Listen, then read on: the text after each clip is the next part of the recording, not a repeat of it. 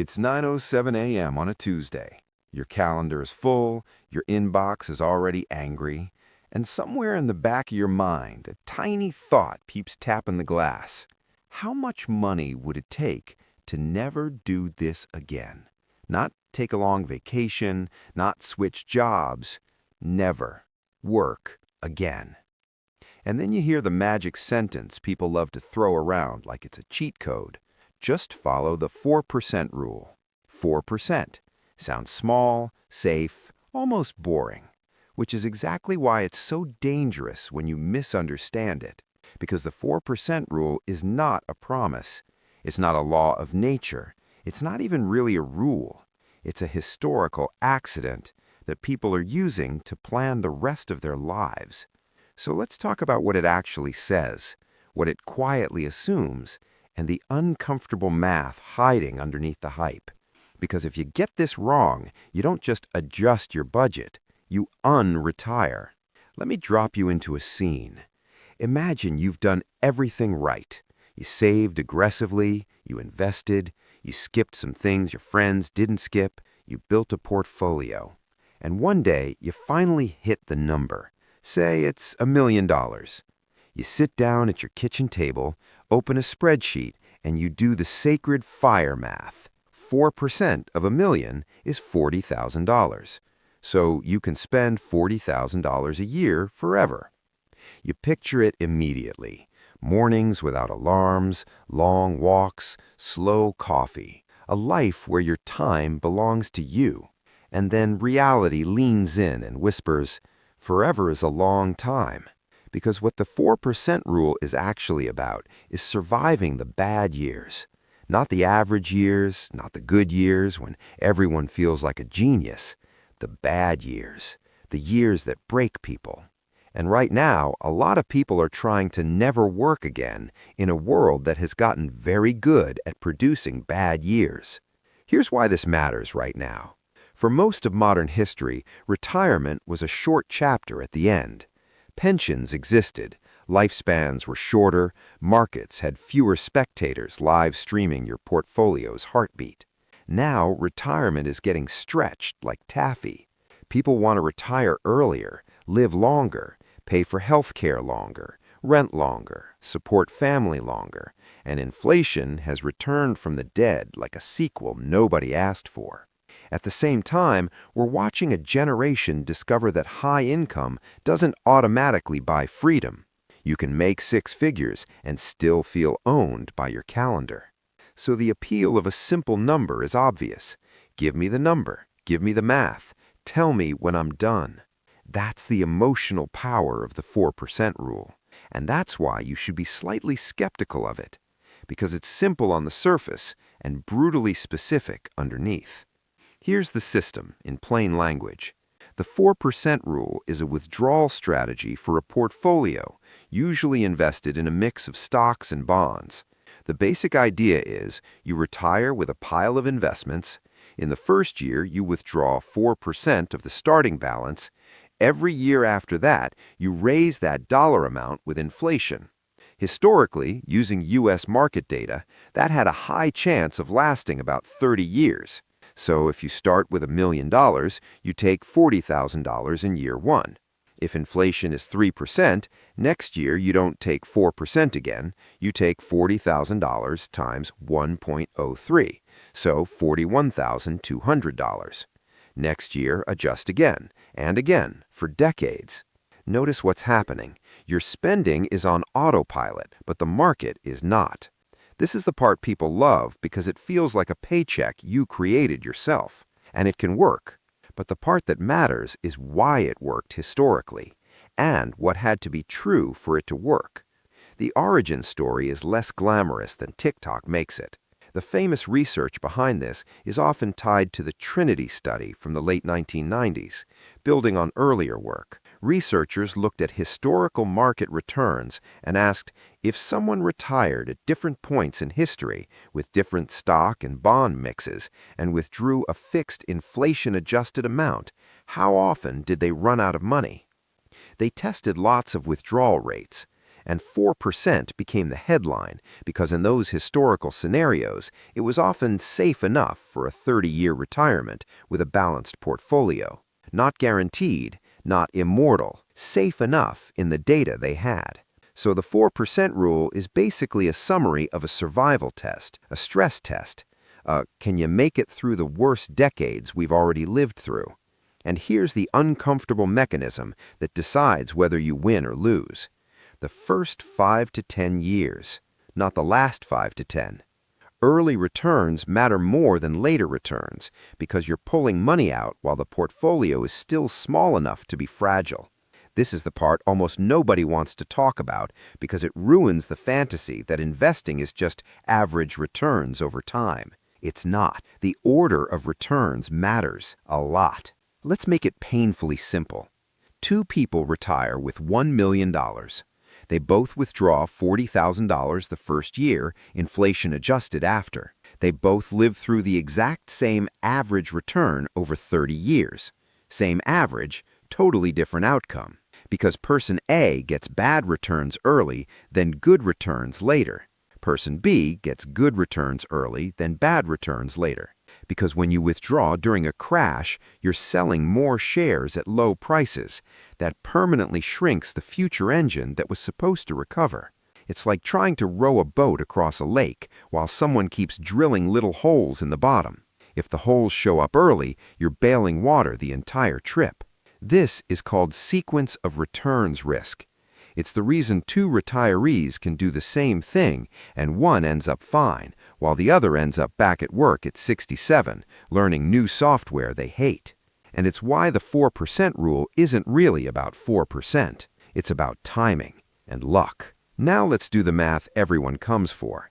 If you want to spend X dollars per year, the 4% rule implies you need about 25 times that amount invested, because 1 divided by 0.04 equals 25. So, want $40,000 a year, you need about $1 million. Want $60,000 a year, about $1.5 million. Want $100,000 a year, about $2.5 million. That's the clean version, but the clean version is where the hype lives. Here's the messy version where real life lives. Taxes, healthcare, fees, and the fact that your spending isn't a smooth, inflation-adjusted line like a textbook retiree. You don't spend inflation. You spend on roof leaks and dental implants and helping your kid and a car that dies at the worst possible moment. Inflation doesn't arrive politely at 3% per year. Sometimes it punches you in the grocery go first. And taxes don't care about your retirement dreams. If $40,000 is your spending, you might need more than $40,000 withdrawn, depending on where the money sits.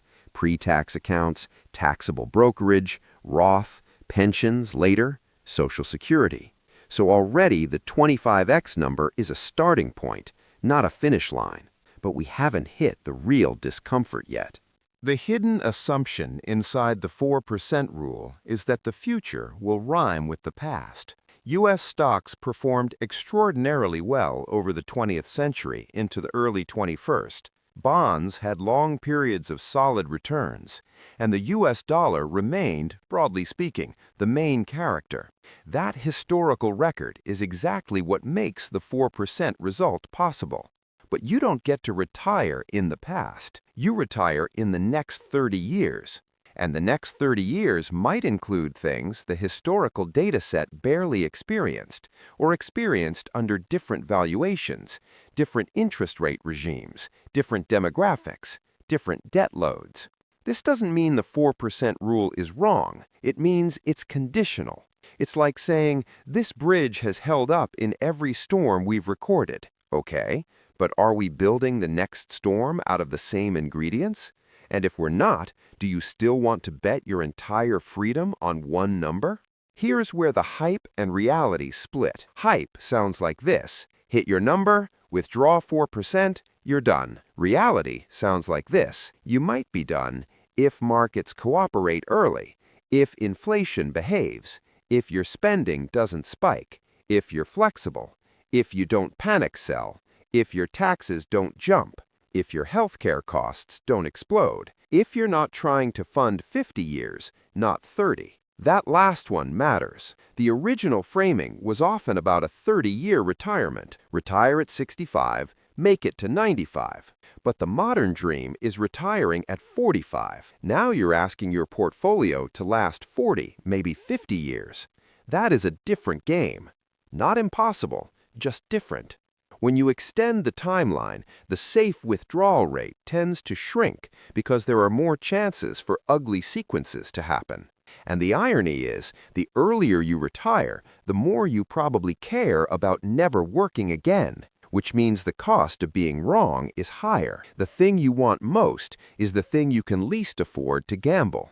So what do people do with this? Some people respond by lowering the number. They say, forget 4%, I'm doing 3.5%, or 3%, or even less. That means you need more money up front. At 3%, you need about 33 times your annual spending, not 25 times. $60,000 a year goes from $1.5 million to about $2 million. That's not a small difference. That's years of extra saving or a permanent reduction in lifestyle.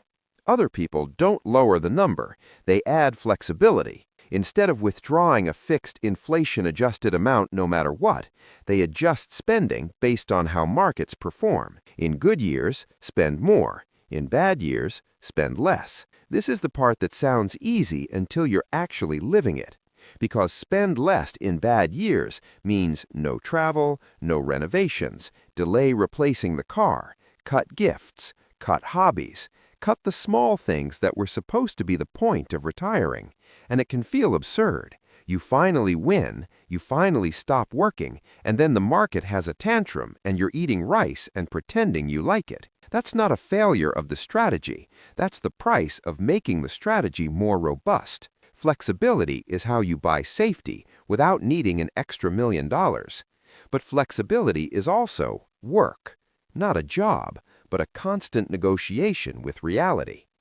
Which brings us to the part nobody puts in the thumbnail. Retirement is not a single event. It's an ongoing risk management project. Now let's zoom out and talk about the bigger implications and the real risks.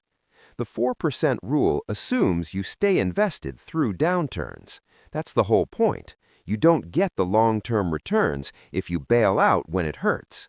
But emotionally, retirees experience downturns differently than workers. When you're still earning, a crash is scary, but you're also buying shares with every paycheck. When you're retired, a crash isn't just red numbers on a screen. It's your groceries, it's your insurance, it's your identity. You're not just watching the market fall, you're watching your runway shorten while the plane is already in the air. So the biggest threat to a 4% plan often isn't the math, it's behavior, panic selling, or staying invested but cutting spending so hard you quietly ruin the life you retired to get. And then there's a quieter risk that doesn't get enough attention: inflation early in retirement. If you retire and inflation spikes in the first few years, your withdrawals rise fast while markets may not keep up. That combination can do more damage than a single crash. It's not dramatic, it's just relentless. Death by 1,000 price tags. So, where does that leave the original question? How much money do you need to never work again? The honest answer is annoying. It depends on what never means. If never means I will never earn another dollar, then you need a bigger margin because you've removed the easiest safety valve. If never means I never have to work, but I might choose to, that changes everything. Even small income in the early years can dramatically reduce sequence risk, not because the money is huge, but because it changes what you're forced to sell during downturns. Covering even part of your spending during a bad market can protect the portfolio at the exact moment it's most fragile, which is why, quietly, a lot of retired people do some kind of work: consulting, seasonal projects, part-time, selling something, freelancing. Not because they failed, because they understand what the 4% rule actually is: a probability problem, not a finish line. So here's the uncomfortable math you're really signing up for when you say 4%. You're saying, I believe my portfolio is large enough that even if the first decade is ugly, I can keep withdrawing, keep adjusting for inflation, and still not run out. That's the bet. And it's a reasonable bet for many people, but only if you treat the 4% rule like what it is, a starting framework that forces you to ask better questions, like, what's my real annual spending after taxes? What happens if the market drops 30% in year one? What if inflation runs hot for 5 years? What if I live longer than planned? What if I have one expensive medical decade? What if I'm not as flexible as I think I am? And the strangest question of all, what if I hit the number and I still don't feel free? Because that's the final twist. The 4% rule isn't just a financial concept, it's a psychological one. It turns your entire life into a single ratio, portfolio size versus annual spending, and ratios are addictive. You start thinking in multipliers and withdrawal rates instead of time and health and relationships. You can end up winning the spreadsheet and losing the actual plot. So yes, you can do the 4% math, annual spending times 25. That's the headline. But the real story is what happens when the headline meets the next 30 years of your life.